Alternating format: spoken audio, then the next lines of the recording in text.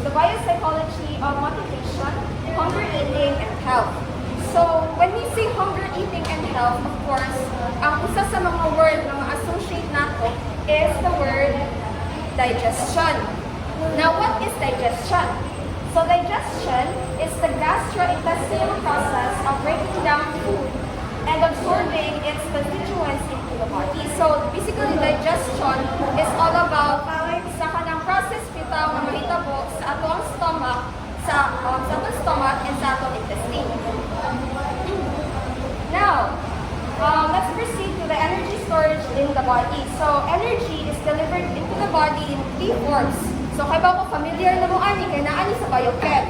So, the first one is lipids or fats. So, is anyone familiar or kahibaw sa basic building blocks sa lipids or fats? Review na ni. Review na ni. Dili, focus na. Huh? Oh, fatty acids, glycerol. Wala siya. Oh, very good. Mayo kayo mo. Okay, so that is for lipids or fats. Now, the second one is protein. So, naa naman din, no? Ang basic building blocks sa proteins kay amino acids. And then for carbohydrates, we have the monosaccharides according to complexity. So, basic or common example ani kay glucose.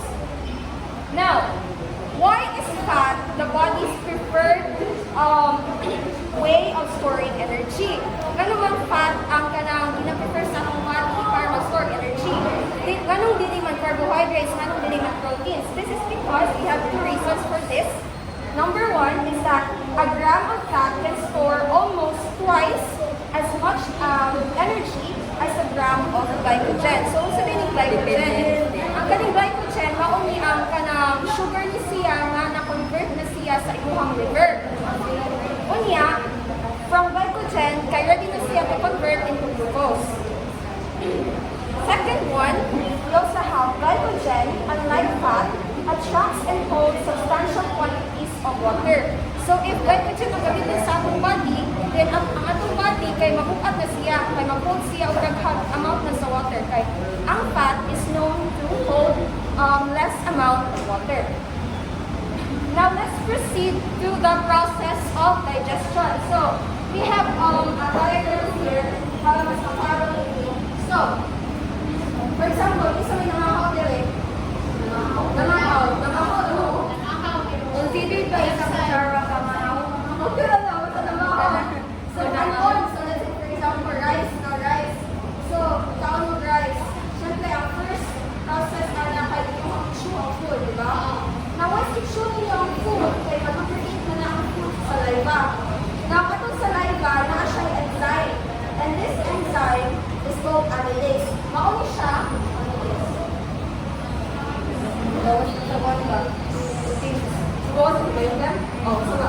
So, mauni siya makatabang para mag-break down ang ato ang food para maswallow natin through our esophagus. Now, ang ang food is sa esophagus, and then, diretso na siya sa atong stomach. Ang atong stomach is considered to be a storage reservoir, meaning nila i-store ang tanong food na atong kanon. Now, our stomach is known to be highly acidic na siya hydrochloric acid sa sod. Now, tungkol sa iyahang high acidity, ang kaniyang acid kay maunang rason para ma-break down na saan ang food into smaller particles. So, for example, we have proteins. So, ang proteins, mas-simplify ko na siya into amino acids. Now, there is siya sa stomach. Pag-simplify na niya into amino acids, kaya mag-lay na siya sa stomach, and then, ilahos na siya sa entry or upper portion sa small intestine, which is called the duodenum.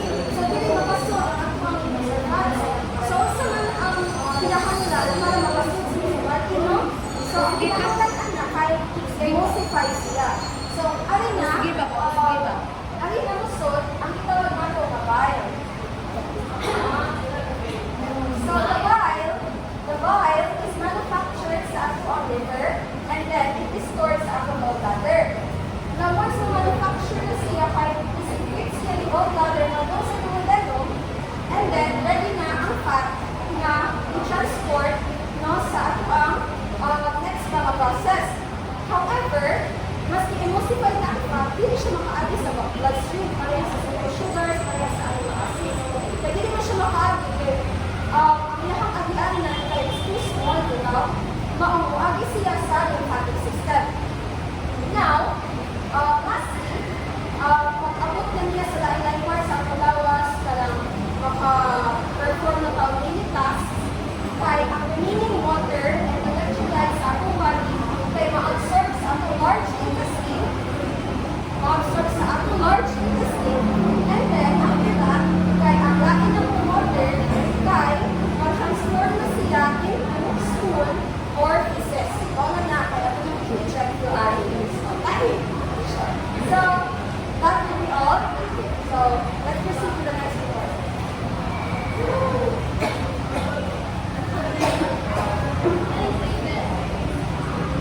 So, good morning everyone. I am here to report about the three phases of energy metabolism. So first, what is energy metabolism? So it is the process where the food is converted into the energy we are consuming to our body. For example, there's cellular processes like so fat, about fats, lipids, carbohydrates, and protein. So the first phase of metabolism is cephalic phase. So cephalic phase is preparatory phase, which is initiated by the sight, smell, and expectation of the food. So ang cephalic phase is before pa na siya may intake ng food. For example, like it is initiated by smell. For example, like lutomon ka, di ba? Like mag-crave ka, kaya nakapagdimahok ka ng food. Like, kuhan siya. So it triggers your hormones. Like, lutomon ka, it increases your saliva, kuhan, production. So basically, the cephalic stage is before the intake of food. And then the next phase is the absorptive phase. Nutrients from a meal meeting the body's immediate energy requirements within the existing source. So from the word absorptive or absorb, so galing na-digest na ninyo ang pagkaon or nakaon na ninyo. Like for example, sa cephalic, atong smell pa lang, panimahon ninyo sa pagkaon, like panimahan sa pagkaon sa absorptive is like, inyo na siya nga kaon gani, so it is being digested and absorbed by your body, and it will be, the food will be converted into a chemical, I know, not chemical lang. So, kani energy that is needed for your body. For example, like, kung ispad na kayo, kalugutom na ka, so your lack of kani the building blocks na ito mga for example sa carbohydrates. Kung na ang glucose mo yung primary fuel for body, diba? So, na siya. And then the third one is the fasting phase. Energy being withdrawn from the stores to meet the body's immediate needs. So, kapag siya sa fasting phase for the word fasting. So, kung man na siya absorb, the body is your body meet already the needs of your God. For example, like, kumakaon, so ang fasting mo from the fast time, like from dinner, breakfast, lunch, mga so ang fasting, it will be resulted for a next cycle of the cephalic stage. So magbalik-balik na siya once na maling basman, cephalic, absorptive, and then fasting. After sa fasting, like for gabi, dinner. So once na kaning ipunta, once na matulog ka, kaning fasting phase na wala na ka na consume of food, and then the chemical that is inserted in your body is like, muna na siya ang kani i-convert, like for example, the glycogen. The fasting phase is really has a high glycogen than insulin. So ang kaning glycogen will drop into glucose to be your para mag energy sa imong lawas. And then ang cephalic, ang cephalic utilize the blood glucose as the source of energy. So ang cephalic mo niya, ang i-promote niya is like the glucose, the primary source of energy. So mo na ang pinaka-main dapat yung body. And then next, so the flow of energy during the three phases of energy metabolism is controlled by two pancreatic hormones, which is insulin and glucose. So the insulin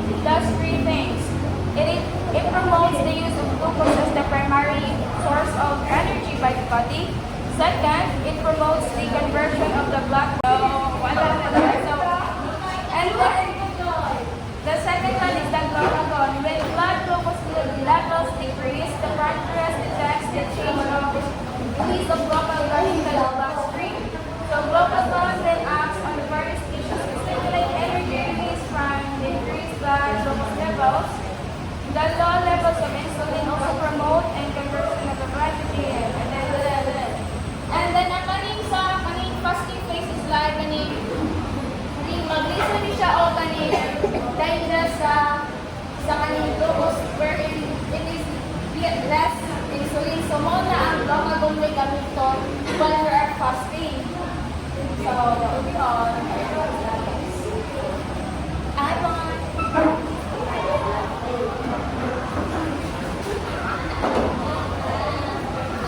Hi, guys. Now, we is discussing the set point assumptions, glucostatic, lipostatic, and the three problems with set point theories of hunger and need. First is set point theory. So, set point theory is our range limit in our body that helps us regulate the food intake that we do. So, example of set point theory is that we eat kaon kagamay, and then after the kaon is like nag-engage ka sa physical activity, and then ang iyong body is wala nakayanan sa physical activity is because ang food na imuhang intake is wala kaabot sa set point limit sa imuhang body. If ang food intake is below sa set point sa body, is makapil kagutom. Pero once ma-reach niya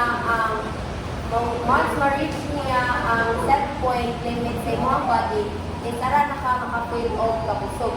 Maong kabusog ang usa ka tawo. Next is the glucostatic theory. Kung nagapon siya is kanang set point limit sa ato body, pero more on our blood glucose. So once ang ubos sa ato blood glucose is gutomon ta, so kailangan kita mukaon kay para ang ato ang blood glucose is mabalik siya sa set point limit na required sa ato ang body. Next is the lipostatic theory. So glucostatic is more on blood glucose, while lipostatic is more on body fat. So more gyapon siya nga once ang ato ang body fat is ubos sa ato ang set point limit is tutumon ta, so makapil ta ang need na ito mukaon kay para mabalik sa level sa ato ang set point ang ato ang body fat. Next is the three problems with set point theories of hunger and need. First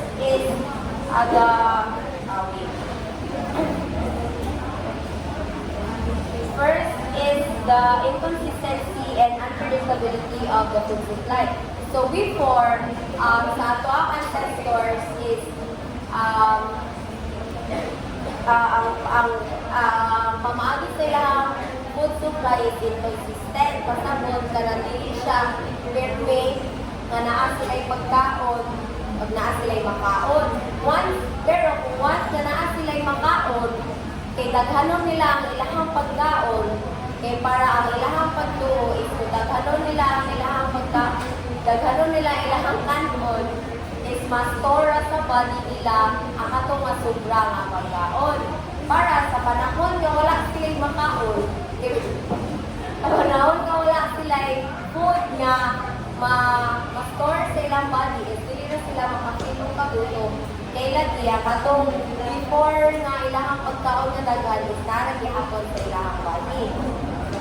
Next is the major prediction of set point theories of hunger and eating have not been fulfilled.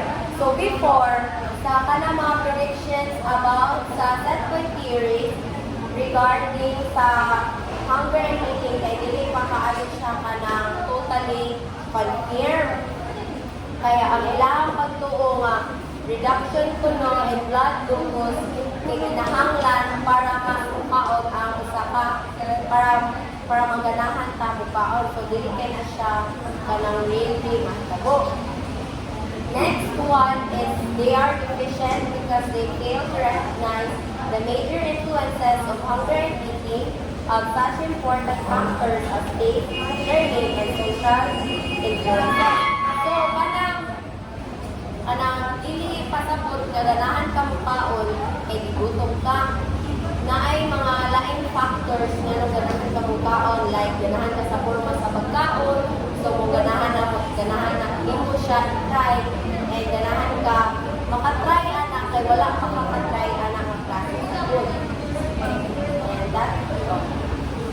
Ang report sa last. So, hi everyone. So, I'll be explaining about the positive incentive perspective on hunger and eating. So, the central assertion of this perspective, commonly known as positive incentive theory. So, humans and other animals are not normally driven to eat by internal energy deficits, but are drawn to eat by the anticipated pleasures of eating. So, the anticipated pleasures of eating or behavior is called positive incentive value. So, it is the presence of good food or the anticipation of it that normally makes us hungry and not an energy deficit.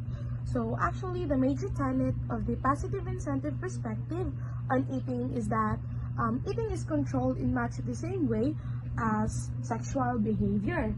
So, actually, those married couple or those in relationship that engage in sexual behavior, they tend to have sex, or because this is not because they have an internal deficit, but because they have evolved to crave it. Just the same with the positive incentive perspective on the hunger and eating. And the degree of hunger you feel at any time depends on the interaction of all the factors that influence the positive incentive value of eating. So basically, mao ni siya ang imong mga cravings and other mga cravings. So those factors includes like if ganahan ka sa flavor is usually magbalik-balik din ka. And what you have learned about the effects of this food. So if you know that that's healthy, then permintiho na nimo siya. And then the amount of times since you last ate it. So for example is nakasagawas and then dito natilawan mo siya, and then pagulit mo nimo sa Pilipinas, so mura kag nag-crave ana niya, and then wala siya diri. So basically once you get back to that country is mao jud ang imong unang balikan, that food. So also the type and quantity of food in your gut, whether or not your blood glucose is within normal range. So yeah, that's it.